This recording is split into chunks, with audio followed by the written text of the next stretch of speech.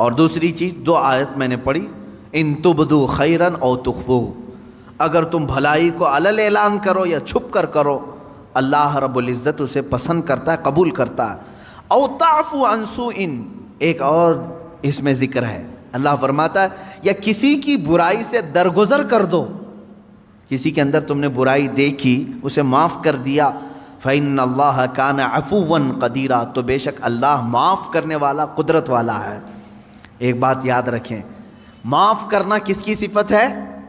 اللہ کی صفت، آپ سب کو معلوم ہے۔ رحم کرنا کس کی صفت ہے؟ اللہ، اور رحیم بھی ہے، عفو بھی ہے۔ یہ 2 عادتیں اگر بندہ اپناتا ہے، بندے کے اندر اگر رحم آیا کسی کے دل کے، کسی کے لیے، اور کسی کو دیکھ کر کے بھی اس نے معاف کر دیا، اس پر ایک روایت ہے، اللہ رب العزت فرماتا ہے اس بندے کو عذاب دینے میں مجھے حیا آتی ہے کہ رحم میری صفت ہے، عفو میری صفت ہے، میرا بندہ ہو کر یہ رحم کر رہا ہے اور عفو کر رہا ہے، تو اللہ رب العزت اسے عذاب سے بری کرتا ہے جو معاف کرنے کی اپنے اندر چھمتا رکھتا ہے یا طاقت رکھتا ہے۔ معاف کرنے کا جذبہ جس کے اندر ہے وہ معاف کیا جائے گا۔ حضور اکرم صلی اللہ علیہ وسلم کی مشہور حدیث ہے، من لا یرحم لا یرحم، جو کسی پر رحم نہیں کرتا قیامت کے دن اس پر بھی رحم نہیں ہوگا۔ یہ سمجھ کر کے چلو، تم پر بھی رحم نہیں کیا جائے گا۔ ہاں، رحم کرنا اور معاف کرنا اگر کسی کی عادت ہے، امید رکھے کہ اللہ بھی اس پر رحم کرے گا اور اسے معاف بھی کرے گا۔ آپ اپنے رب سے اپنے متعلق جیسی امید رکھتے ہیں ویسی بندوں کے ساتھ بھی کریں۔ مثال کے طور پر 100 گناہ ہو گئے میرے، 100 گناہ ہو گئے، اللہ سے تم کیا امید رکھتے ہو؟ اللہ رب العزت سے تمہاری امید یہی ہے کہ میرا مولا مجھے معاف کرے گا، ہے کہ نہیں؟ تم اپنے متعلق تو یہ امید رکھتے ہو، لیکن تمہارے ساتھ جب کسی نے ایک بھی برائی کر دی اور 9 اچھائیاں کیا ہے، 10 میں سے 9 اچھائیاں کیا، ایک برائی کیا، تم اس کو معاف کرنے کی طاقت نہیں رکھتے؟ یہ نہیں سوچتے کہ اس کے پاس 9 اچھائیاں تھیں میرے ساتھ، ایک برائی ہو گئی ہے، معاف کر دو اس کو۔ تو یہ ایک بات یاد رکھو، تم اپنے رب سے 100 گنا اپنے معاف کرانے کی امید لے کر بیٹھے ہو اور اپنے بھائی کے ایک گناہ کو معاف کرنا نہیں چاہتے، تو پھر بھول جاؤ تمہیں بھی قیامت کے دن معاف نہیں کیا جائے گا۔ اب ایک حدیث میں سناتا ہوں، معاف کرنے کے متعلق یہاں آئی ہے، اس لیے ہمارے معاملات ہوتے ہیں ایک دوسرے کے، مرنے سے پہلے امت مصطفیٰ کو معاف کر کے مرو، کبھی بھی ہو، بدلے کی بھاونا، انتقام کا جذبہ نہ رہے، اللہ کے حوالے کر دو۔ میرے ساتھ جس نے بھی جو کچھ بھی کیا، اللہ تو منتقم حقیقی ہے، تو ہی دیکھ لے، اپنے معاملات چھوڑ دو اللہ کے اوپر۔ اور رہی بات کسی نے کچھ کیا ہے تو معاف کر دو، جب تم معاف کر کے مرو گے تو ہو سکتا ہے تم نے بھی کسی کو ٹھیس پہنچایا ہوگا، یا زبانی یا ہاتھ سے، کسی بھی طرح سے، ان کے بھی دل زخمی ہوں گے کسی نہ کسی کے۔ اب یہ رب تعالیٰ اپنے ذمہ کرم پر لیتا ہے، ان کے دلوں کو نرم کرتا ہے، وہ بھی تمہیں معاف کر دیتے ہیں جب تم معاف کر کے دنیا سے جاؤ گے۔ میں حدیث بتا رہا تھا، حدیث یہ ہے، 2 بھائیوں میں تکرار ہوئی، جھگڑا ہوا، ایک دوسرے سے دونوں کا کچھ نہ کچھ مباحثہ ہوا، اور تکرار کے بعد دونوں الگ ہوئے، جھگڑے کے بعد، لیکن ان میں سے ایک بھائی معافی مانگنے کے لیے آیا دوسرے کے پاس۔ بات یاد رکھیں، حضور پاک صلی اللہ علیہ وسلم فرماتے ہیں 2 جھگڑوں کے بعد اپنے بھائی سے معافی مانگنے میں جو پہل کرے گا وہ قیامت کے دن میرے ساتھ پہلے جنت میں جائے گا، وہ جنت میں بھی پہلے ہوگا۔ یہی بات تو حضرت امام حسن اور امام حسین کے درمیان حضرت فاطمہ نے کہا تھا، دونوں چھوٹی عمر کے تھے، 6 سال یا 5 سال، دونوں میں کچھ تکرار ہوئی، بچپنے کی بات، لڑ کر کے آئے سیدہ زہرا سلام اللہ علیہا کے پاس۔ آپ کے پاس جیسی آئے تو انہوں نے کہا، ایک جملہ یہ کہا، بیٹا مجھے معلوم نہیں کس کی غلطی ہے کس کی خطا ہے۔ ماں فاطمہ تو زہرا رضی اللہ تعالیٰ عنہا فرما رہی ہیں، مجھے یہ نہیں معلوم لیکن ایک بات یاد رکھ لو کہ دونوں کے تکرار سے، دونوں کے جھگڑوں سے کہیں اللہ دونوں سے ناراض نہ ہو جائے، دونوں رونے لگے، کچھ بھی ہو جائے لیکن مولا ہمارا نہ روٹھے۔ تو حضرت فاطمہ نے کہا میں نے اپنے ابا جان سے یہ حدیث سنی ہے، جو معافی مانگنے میں پہل کرتا ہے، جو معافی مانگنے میں پہل کرتا ہے وہ جنت میں بھی پہلے جائے گا۔ ابھی یہ جملہ مکمل نہ ہونے کو تھا، امام حسین چھوٹی عمر کے تھے، دوڑ کر کے حضرت امام حسن کے پاس گئے، کہا برادر محترم جو کچھ بھی ہوا ہماری تکرار ہمیں معاف کر دیں۔ اب دوسرے بھائی کا کیا مقام ہے یہ بھی حدیث پاک سے سن لیں۔ معاف کر دیا تو خیر ہے، تم نے معاف کر دیا، کوئی تم سے معافی مانگنے کے لیے آیا معاف کر دیا۔ آج بہت سارے ڈھیٹ لوگ بیٹھے ہوئے ہیں، بہن آئی ہے منانے کے لیے بھائی کو، نہیں مانتا میں، چل تو نے میرے ساتھ ایسا کیا ویسا کیا، پرانی باتیں یاد کی۔ بھائی آیا ہے اس کے گھر میں شادی ہے، چلو بھیا آ جاؤ، نہیں، پرانے گڑے مردے نکال کر کے بھائی کو رخصت کر دیا، ہم تجھے معاف نہیں کریں گے، زندگی بھر معاف نہیں کریں گے۔ وہ لوگ بھی سن لیں، تمہاری ذمہ داری تھی معافی مانگنے کی، تم معافی مانگ لیے، بہت اچھا کیے، کیونکہ پہلے جنت میں جاؤ گے۔ اب جس کے پاس گئے تھے معافی مانگنے کے لیے اس نے نہیں معاف کیا، میرے آقا صلی اللہ علیہ وسلم کی حدیث ہے، حضور فرماتے ہیں کل قیامت کے دن وہ میری شفاعت کے قریب بھی نہ آئے۔ حضور نے فرمایا میری شفاعت کے قریب نہ آئے جو اپنے بھائی کو معاف نہیں کرنا چاہتا۔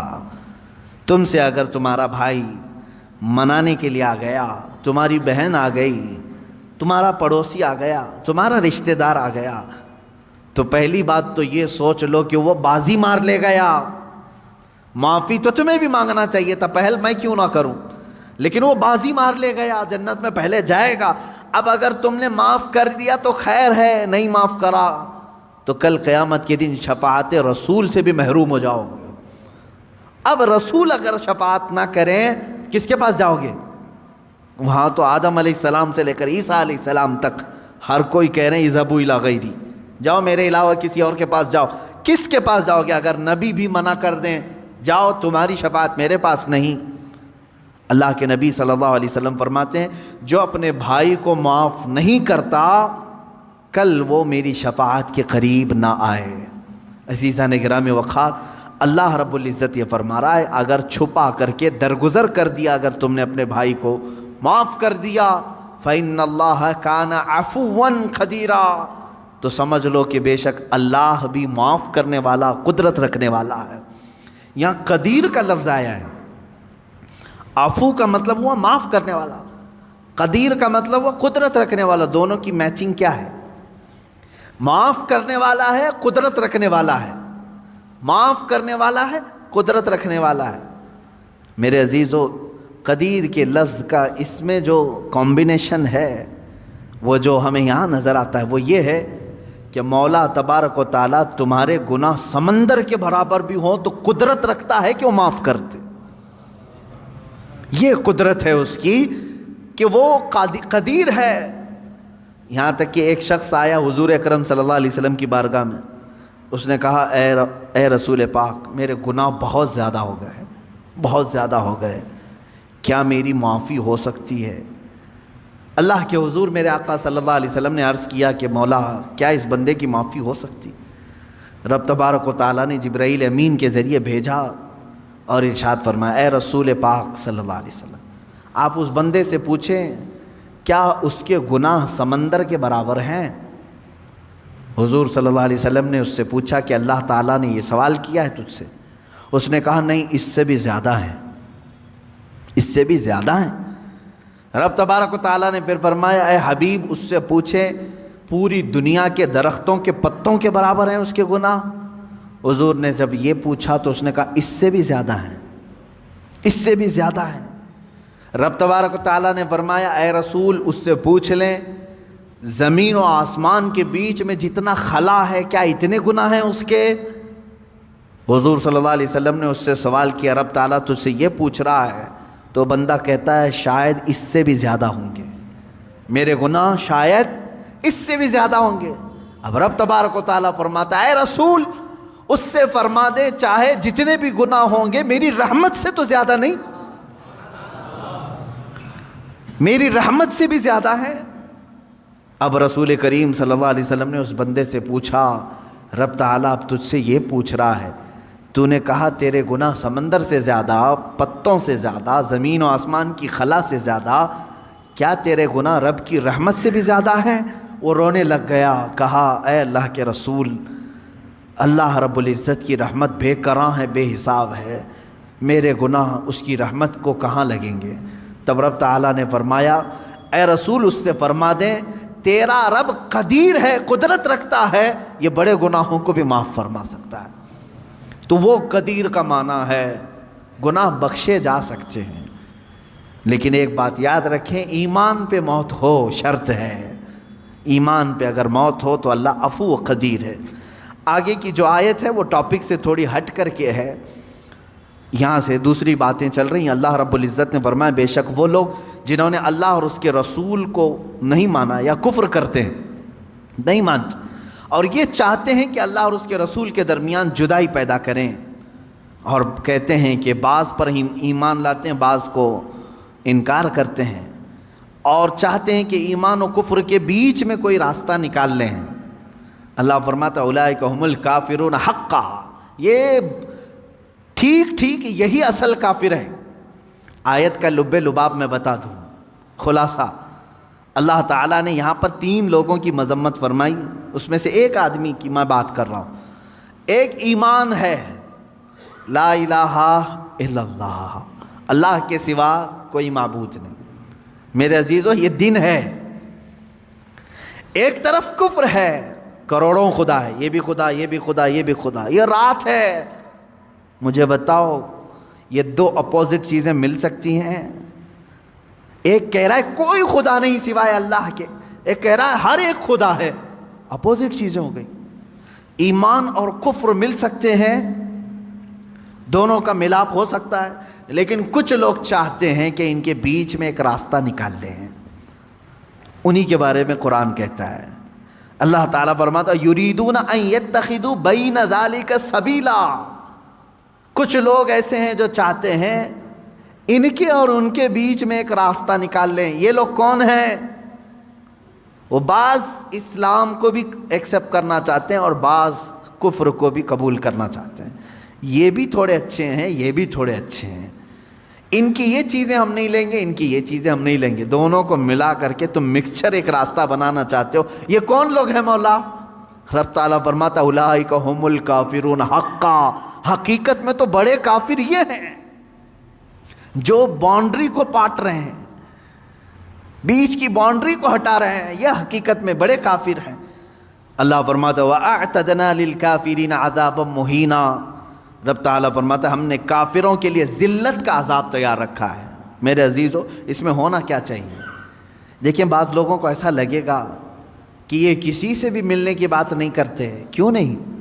آپ ملیں، سارے لوگوں سے ملیں، دنیا میں جتنے ریلیجنس ہیں سب سے ملیں، آپ یہودی، عیسائی، ہندو، جو کچھ بھی ہیں سب سے ملیں، اخلاق تم اپنے دکھاؤ ان کو۔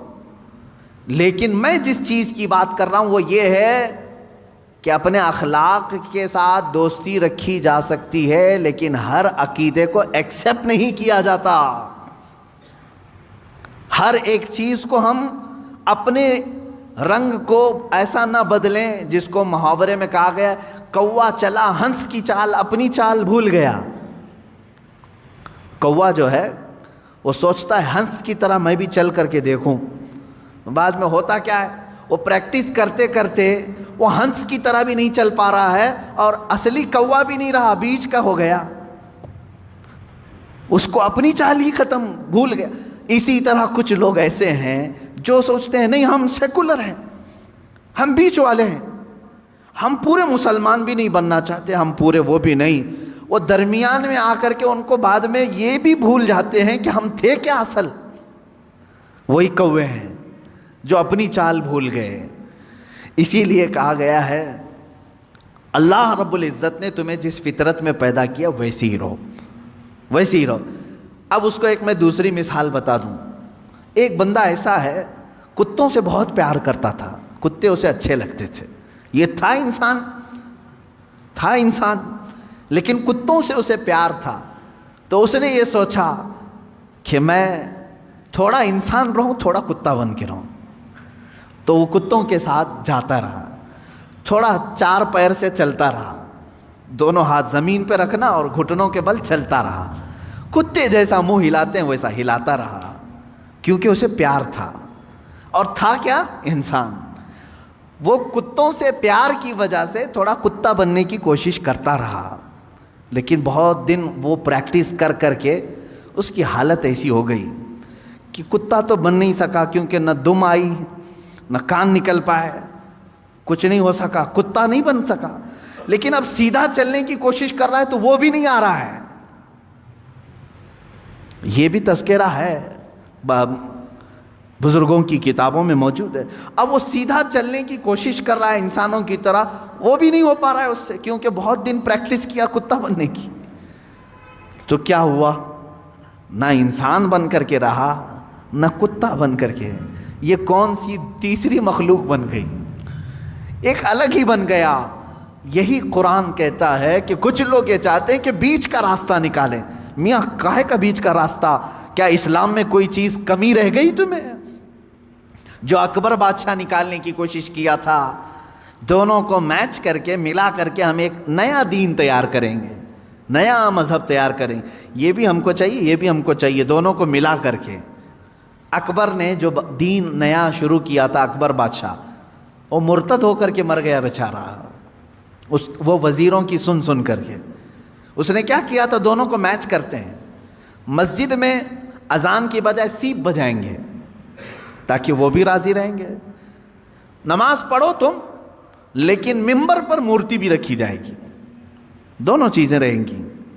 میچ کر کے دونوں کو بیچ کا راستہ نکالنے کی کوشش کیا, اور وہ بیچ کا بن کر کے رہ گیا. میرے عزیزو, یہ بات یاد رکھو, اللہ نے تمہیں جس فطرت میں پیدا کیا ہے اسی فطرت میں کامل بن کر کے رہو. اسی میں تمہاری عزت ہے, اسی میں تمہاری عزت ہے.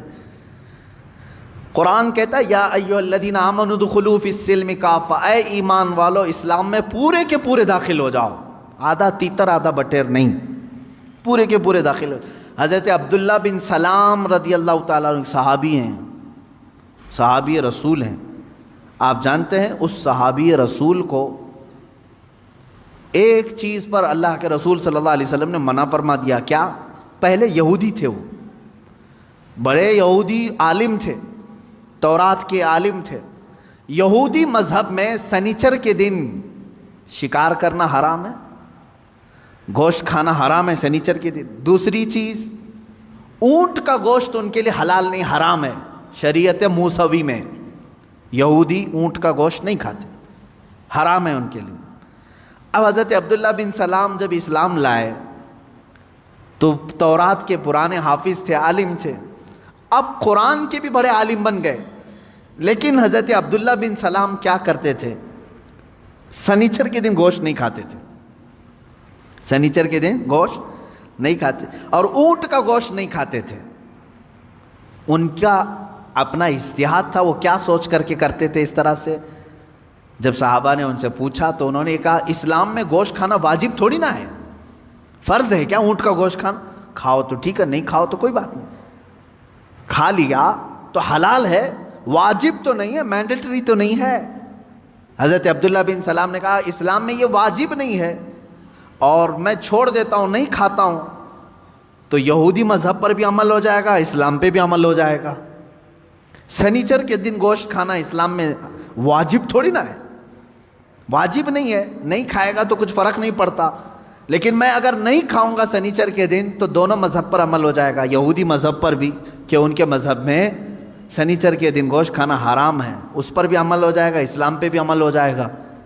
جب انہوں نے ایسا کہا تو اللہ تعالیٰ نے آیت نازل فرما دی, یا ایھا الذین آمنوا ادخلوا فی السلم کافہ, اے ایمان والو اسلام میں پورے کے پورے آ جاؤ. آدھا اس پر عمل کرنا آدھا اس پر عمل کرنا نہیں, بلکہ پورے کے پورے اسلام میں داخل ہو جاؤ. تو درمیان کا راستہ نکالنے کی کوشش نہ کریں. میں نے بہت گمبھیر مثالیں دی ہیں. ہاں, کچھ لوگوں کے لیے وہ حقیقت میں گمبھیر مثالیں ہیں کہ کتا بننے کی کوشش کرتے رہو گے، نہیں بن سکتے، کیونکہ تمہیں 2 پیر دیے ہیں، 2 ہاتھ دیے ہیں، تم ہاتھ سے اٹھا کر کے کھانا کھانے کی فطرت رکھتے ہو، لیکن جانور سے پیار ہے، ٹھیک ہے، اچھی بات ہے، کتے سے پیار ہے، اچھی بات ہے، کیونکہ ہم کتوں سے نفرت نہیں کرتے، کسی بھی جانور سے نفرت کرنے کا حکم نہیں دیا گیا ہے سوائے موذی اور نجس۔ کتے کو حراست کے لیے یعنی چوکیداری کے لیے رکھنے کی اجازت دی گئی، کھیتی باڑی کے نگرانی کے لیے رکھنے کی اجازت دی گئی ہے، ٹھیک ہے، تمہارا اپنا معاملہ، جانور یعنی اینیمل لورز آپ ہیں، اگر رہو، لیکن بننے کی کوشش مت کرنا۔ پیار کرنا الگ چیز ہے، پورا بن جانا الگ چیز ہے، تم بن نہیں سکتے۔ اسی طرح اسلام دن ہے، کفر رات ہے، دونوں کے بیچ میں اگر تم نکالنے کی راستہ سوچو گے تو پھر کیا ہو جائے گا؟ وہی ہو جائے گا کہ تم پورے نہ اسلام میں رہ پاؤ گے نہ پورے کفار میں رہ پاؤ گے۔ اللہ رب العزت نے اسلام جیسی عظیم دولت سے تمہیں سرفراز کیا ہے، تو اسی میں پورے کے پورے باقی رہو، اسی میں پورے کے پورے رہو۔ اچھا، دوسرے مذاہب کی بھی میں بات کروں، دوسرے ریلیجن میں اگر کوئی پنڈت ہے، اگر وہ اپنے دھرم میں پورا پکا ہے تو ان کے دھرم میں اس کو اچھا سمجھا جاتا ہے کہ ڈاواں ڈول آدمی نہیں ہے، پورا ٹھیک ہے، پورے اس کو گرنتھ یاد ہیں، وید یاد ہیں، جو کچھ بھی ان کی مقدس کتابیں سب برابر کرتا ہے۔ لیکن ان میں سے اگر وہ کوئی ایسا شخص جو ادھر بھی ادھر بھی ہاتھ پیر مارتا رہتا ہے تو وہاں پر بھی وہ ذلیل ہو جاتا ہے۔ یہ سب کا معاملہ ہے۔ اسی لیے میں آپ سے بھی کہوں گا، اللہ تبارک و تعالیٰ نے اگر تمہیں دائرہ اسلام میں رکھا ہے تو اس کی قدر کرو، اور اپنی نیتا گیری بچانے کے لیے جگہ جگہ پوجا پاٹ کرنا تمہارے لیے شریعت کا حکم نہیں ہے۔ ہاں، آپ اگر یہاں ہندوستان میں رہتے ہیں، آپ کے پڑوسی ہندو ہیں، نان مسلم ہیں، تو ہمارے لیے اجازت ہے کہ ان کے دل رکھنے کے لیے آپ ان سے دوستی رکھ سکتے ہیں۔ پڑوسی کے حقوق میں یہاں تک ہے، اسلام نے بتایا اگر وہ غمگین ہے تو اس کے غم کو دور کرنے کی کوشش کرو، اگر اس کے گھر میں کسی چیز کی کمی ہے تو پوری کرو، اگر ان میں کسی کا انتقال ہو جائے، مر جائے، تو تم اس کے ہاں تعزیت کے لیے جا سکتے ہو، اگرچہ دور کھڑے رہو۔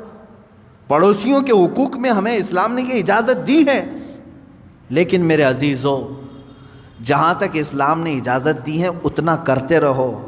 میں نے پھر وہی مثال یاد دلائی، اگر کسی سے محبت ہے تو محبت رکھو، پورا وہ بننے کی کوشش مت کرو، درمیانی راستے میں جانے کی کوشش نہ کرو، تم اپنے اسلام کے ساتھ قائم رہو، تمہاری آئیڈینٹی اسی میں ہے، تمہاری آئیڈینٹی اسی میں ہے۔ ابھی جیسے ایک مسئلہ چھڑا ہے اتر پردیش میں، کسی مسجد میں ہنومان چالیسا کرانے کی بات کی گئی، اور ایک کسی امام صاحب نے بلا کر کے اس میں ہنومان چالیسا پڑھایا، اور اس کو کیا کہا جا رہا ہے، سدبھاونا ہے، سب آپس میں محبت کے لیے ہے۔ کیا میں یہ پوچھنا چاہتا ہوں، سدبھاونا ایک طرف سے ہونی چاہیے؟ اگر مسجد میں کوئی ہنومان چالیسا کر رہا ہے تو کیا کوئی پنڈت اجازت دے گا کہ رام مندر جو بنا رہے وہاں ہم بھی پہلی اذان دے دیں، قرآن کی تلاوت کریں؟ کیا یہ سدبھاونا کی فکر ہر ایک کو ہے؟ نہیں ہے تو چھوڑو، ہم دعوت کہاں دے رہے ہیں آپ کو؟ آپ اپنی مندر میں پوجا کرو، سارے ہون کرو، ساری چیزیں تمہارے مقدسات جتنے اس پر عمل کرتے رہو۔ ہمیں ہماری مسجدوں میں جو ہمارے مقدسات ہیں اس پر عمل کرنے کی اجازت ہو، نہ چھیڑو، نہ کسی کے اندر دخل اندازی کرو۔ اسلام میں یہ تمام چیزیں نہیں ہیں۔ اب یہ جو درمیانی لوگ ہیں، نہیں تمہارے لیے مسجد کے دروازے کھلیں، تم آؤ، تمہارے پاٹ پڑھو، میں ان لوگوں سے کہتا ہوں، کیا تمہیں اس بات کا حکم اللہ نے دیا ہے؟ تم کو کس نے کہا ہے؟ اللہ کا گھر ہے یہ، تمہارے باپ کا گھر نہیں، رب تبارک و تعالیٰ کا گھر ہے، اس کے قانون کے مطابق ہی عمل ہو۔ میں کسی ہنومان چالیسے کے متعلق یہ نہیں کہہ رہا کہ وہ کیا ہے، واللہ اعلم۔ اگر ہندو اس کو مقدس سمجھتے ہیں اور پڑھتے ہیں تو جہاں من کرے وہاں پڑھیں، اپنی عبادت گاہوں میں پڑھیں، ہم خلل اندازی کبھی نہیں کریں گے، کیونکہ اسلام یہ کہتا ہے جو جس دین سے وابستہ ہے اس کو رہنے دو۔ قرآن پاک میں لا اکراہ فی الدین، دین میں کوئی زبردستی نہیں، زبردستی ہم پکڑ کے لائیں گے بھی نہیں آپ کو، آپ کی اپنی مرضی۔ یہ ہر انسان کی اپنی مرضی سے وہ اپنا دین اور اپنا مذہب اختیار کرتا ہے۔ لیکن میں یہاں یہ کہنا چاہتا ہوں کہ جو لوگ اس طرح کی حرکتیں کرتے ہیں وہ تیسرے آدمی بن جاتے ہیں، بیچ کے آدمی نہ بنو، اچھے لوگ نہیں ہوتے بیچ کے۔ یعنی بعض جگہ بیچ میں ہونا اچھا ہے، بعض جگہ بیچ میں ہونا بہت برا سمجھا جاتا ہے۔ اس طرح سے اسلام میں ہو تو پورے اسلام میں رہو، اگر کوئی عیسائی ہے تو وہ اپنی پوری عیسائیت کو فالو کرے، ہمیں اس سے کوئی اعتراض نہیں۔ کوئی ہندو ہے تو اپنے ہندوازم کو پورا فالو کرے، ہمیں اس سے کوئی اعتراض نہیں، تمہاری اپنی مرضی ہے۔ لیکن جو لوگ اس طرح کی حرکتیں کرتے ہیں وہ کہیں کے نہیں رہ جاتے۔ قرآن نے یہی کہا، یہی ٹھیک کافر ہیں، یہی لوگ کافر ہیں۔ اللہ رب العزت ایسے درمیانی لوگوں سے ہماری حفاظت فرمائے۔ اللہ تعالی ہمارے دلوں میں قوت ایمان کو راسخ کر دے کہ ہم ایمان پر ہی جمے رہیں اور ایمان پر ہی ہماری موت آئے۔